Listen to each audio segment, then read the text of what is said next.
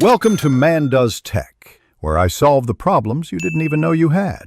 You start by verifying essentials. Your iPhone must run a compatible iOS build and have enough storage. Sign into the correct Apple ID and test Wi-Fi or cellular data. Once done, inspect the app source, App Store, Test Flight, Enterprise, or Sideload. If sideloading, prepare your Mac/PC with Xcode or AltStore and ensure the provisioning profile and certificate are available. Make sure to enable developer or enterprise trust in settings because you need permission to run unsigned or custom apps. You now resolve signature mismatches and provisioning issues by rebuilding or re-signing the app. First, match the bundle identifier to the provisioning profile and ensure the profile includes your device if using an ad hoc build.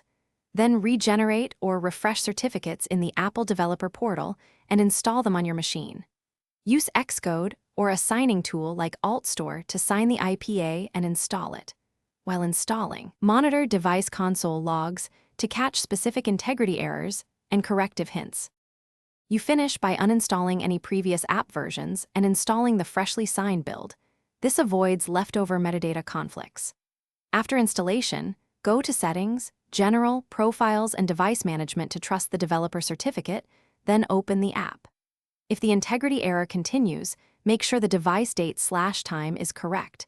Check for certificate revocation in your Apple account, and, if necessary, revoke and reissue provisioning profiles and certificates. One tip: test on a second device to isolate device-specific issues quickly. Thanks for watching. If you found this helpful, don't forget to like and subscribe.